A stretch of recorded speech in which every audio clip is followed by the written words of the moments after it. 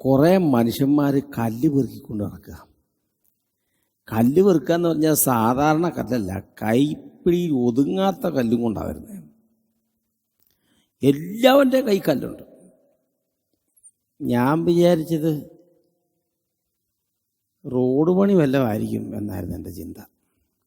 കാരണം ഒരേ സൈസിലുള്ള കല്ലല്ല, പല സൈസിലുള്ള കല്ലാണ്. എന്തായാലും ആളുകൾ എരച്ചാണ് കല്ലും പെറുക്കിക്കൊണ്ട് പോകുന്നത്. കൊച്ചു പിള്ളേരുടെ കയ്യിലും കല്ലുണ്ട്. അപ്പം ആ പോക്ക് കണ്ടാൽ നമ്മൾ വിചാരിക്കും തൊഴിലുറപ്പിൻ്റെ പണിക്ക് പോകാമെന്ന് വിചാരിക്കും. അതുപോലെ ഉത്സാഹത്തോടെയാണ് പോകുന്നത്.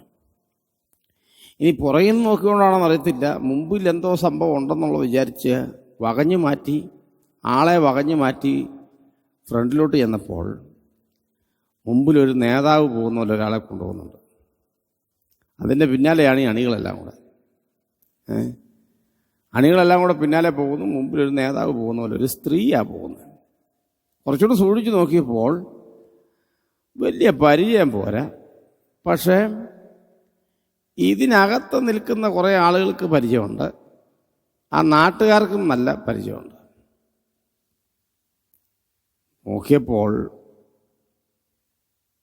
ഒരു വ്യഭിചാര കുറ്റത്തിൽ പിടിക്കപ്പെട്ട് ഏതാനും നിമിഷങ്ങൾക്കുള്ളിൽ തീർക്കാൻ നിയമമനുസരിക്കുന്നുണ്ട് എന്ന് പറഞ്ഞ് അവളെ പട്ടണത്തിൻ്റെ പുറത്തു കൊണ്ടുപോയി കല്ലെറിഞ്ഞ് കൊല്ലാനുള്ള ശ്രമത്തിലാണ് ഈ ആളുകളുടെ ഉത്സാഹത്തോടെയുള്ള ഈ നടപ്പ്. എന്തായാലും അടുത്തൊരു പള്ളിയിൽ ഉപദേശി പ്രസംഗിച്ചുകൊണ്ടിരിപ്പുണ്ട്. എന്നാൽ ഉപദേശിയോട് കൂടി ചോദിച്ചേക്കാം, ഉപദേശിക്ക് എന്നാ പറയാനുള്ളതെന്ന് കേൾക്കാം, എന്നിട്ട് നടപ്പാക്കാം എന്നും വിചാരിച്ച് നേരെ പള്ളിയിലോട്ട് ചെന്ന് കയറി. അവിടെ ചെന്നപ്പം പൊരിഞ്ഞ് പ്രസംഗം നടക്കുക. ആ പ്രസംഗം നിർത്തി ഒരു മിനിറ്റ്. ഉടനെ ഉപദേശി പ്രസംഗം നിർത്തി. എന്താ കാര്യം?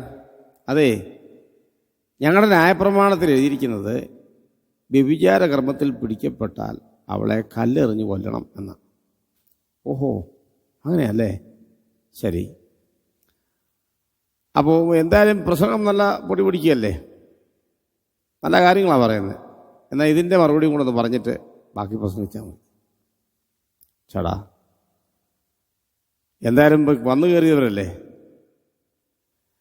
ഉപദേശി ആ സ്ത്രീയെ ഒന്ന് നോക്കി, നിൽക്കുന്നവരെല്ലാം നോക്കി, എന്നിട്ട് നിലത്ത് കുനിഞ്ഞ് എഴുതിക്കൊണ്ടിരിക്കുക എന്നാണ് അവിടെ എഴുതിയിരിക്കുന്നത്. എഴുതിക്കൊണ്ടിരിക്കുന്ന കാര്യം മറ്റൊന്നുമല്ല, പാപങ്ങളെ മണ്ണിൽ എഴുതി വെക്കുന്നു എന്നാണ് ഒരു ഭാഗത്ത് വിശുദ്ധ ബൈബിളിൽ രേഖപ്പെടുത്തിയിരിക്കുന്നത്.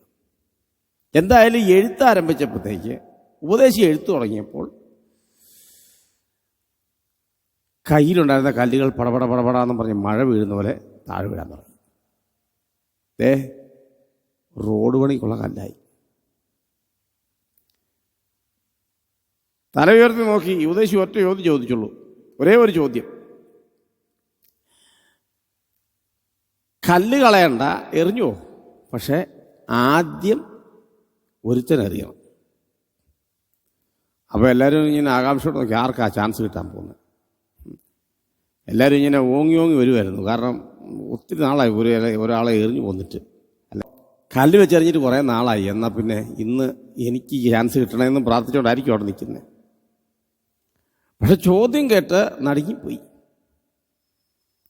മിക്കവാറും ഇവർ പ്രതീക്ഷിച്ചത് കഴിഞ്ഞ ആഴ്ച മൂക്കിനെറിഞ്ഞ ആള് ഇവിടെ ഉണ്ടോ? കഴിഞ്ഞ ആഴ്ച നിങ്ങൾ ഒരാളെ എറിഞ്ഞു കൊന്നില്ലേ ഇതുപോലെ? അങ്ങനെ എത്ര എണ്ണത്തിന് നിങ്ങൾ കൊന്നിരിക്കുന്നല്ലേ? ശരി, ലാസ്റ്റ് നിങ്ങൾ കൊന്ന ആളെ കറക്റ്റ് മൂക്കിനെറിഞ്ഞ ആളാരെങ്കിലും ഇവിടെ ഉണ്ടോ?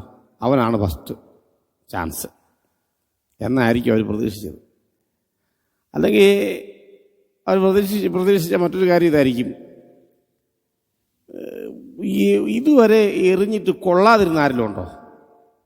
അല്ലേ, നമ്മളാണേലും ഒരു പട്ടിക്കിട്ട് എറിഞ്ഞാൽ അത് കൊണ്ടില്ല, എന്തൊരു വിഷമമായിരിക്കും അല്ലേ? അതേ ഫീലിങ്ങോടെ അവിടെ നിൽക്കുന്ന ആൾക്കാരുണ്ടാകാം. അവരും പ്രതീക്ഷിക്കുന്നുണ്ടാകാം, ഓ അതായിരിക്കും ചോദ്യം. പക്ഷെ ചോദ്യം കേട്ട് എല്ലാവരും നടുങ്ങിപ്പോയി. നിങ്ങളിൽ പാപമില്ലാത്ത ആരെങ്കിലും ഉണ്ടെങ്കിൽ അവൻ ആദ്യം കല്ലെറിയട്ടെ. കയ്യിൽ കല്ലും ഹൃദയം മുഴുവനും പാപഭാരവുമായിട്ടാണ് നിൽക്കുന്നത്. കഴിഞ്ഞ ദിവസം വരെ ചെയ്ത കുറ്റങ്ങളെ ഓർത്ത് ഇനി ഏത് ആടിനെ മേടിച്ചുകൊണ്ട് പോകണോ, ഇനി ഏത് കാളേനെ മേടിച്ചുകൊണ്ട് പോകണോ എന്നും പറഞ്ഞ് ഇങ്ങനെ വിഷമിച്ച് നിൽക്കുന്ന ആളുകളോടാണ് ഇത് പറഞ്ഞതെങ്കിൽ അവരുടെ ചിന്താഗതി എന്തായിരിക്കും? കുട്ടുക്കുന്ന ചോദ്യമായിപ്പോയല്ലോ, വേറെ ഒരു ചോദ്യം കിട്ടിയില്ലേ ഇങ്ങേർക്ക് എന്ന് അവിടെ നിന്നോരൊരു പക്ഷെ ചിന്തിച്ച് കാണുമായിരിക്കും. എന്തായാലും ആ ചോദ്യം കുറുക്കിക്കൊണ്ടു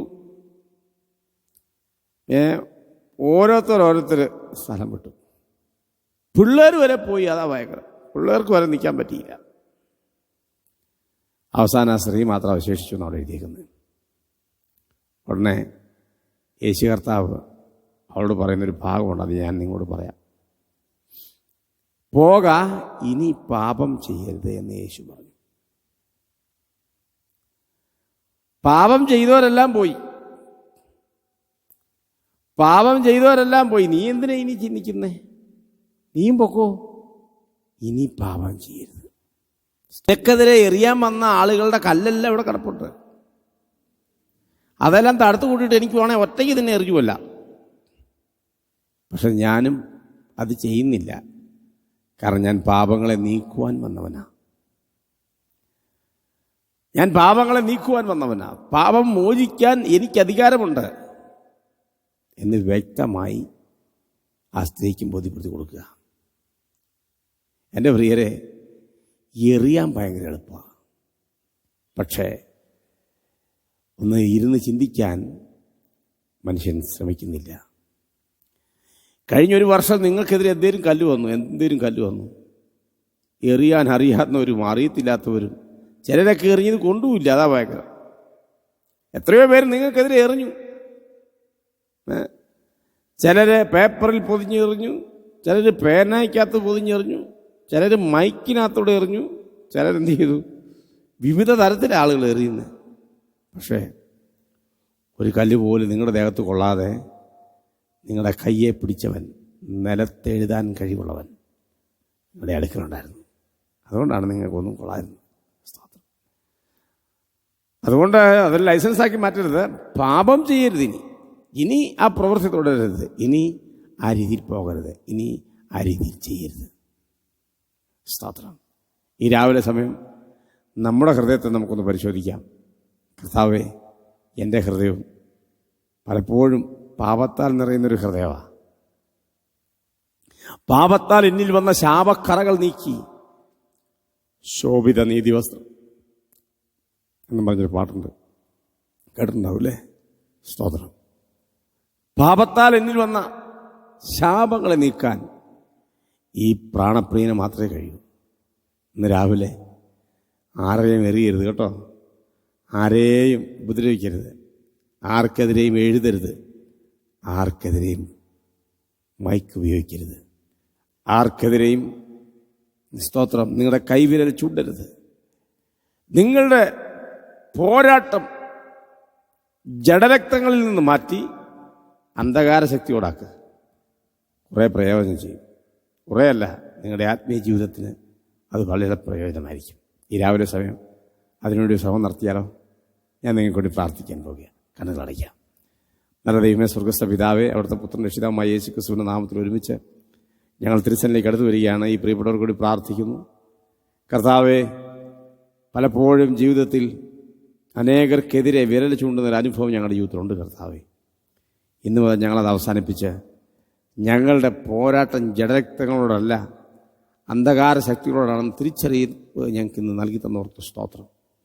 ശക്തമായി പൈശാചിക വ്യാപാരങ്ങളോട് പോരാടുവാൻ, പ്രാർത്ഥനയിൽ, ഉപവാസത്തിൽ, ദൈവസന്നിധിയിൽ സമയങ്ങൾ വേർതിരിക്കുവാൻ ഞങ്ങളെ സഹായിക്കണമെന്ന് പ്രാർത്ഥിക്കുന്നു. ഞാൻ ഈ കുടുംബത്തെ അനുഗ്രഹിച്ച് പ്രാർത്ഥിക്കുന്ന കർത്താവേ, ശരീരത്തിൻ്റെ ക്ലേശത്താൽ ഭാരപ്പെടുന്നു. കൊറോണയുടെ ഭീതി അവരുടെ ഉള്ളിലുണ്ട്.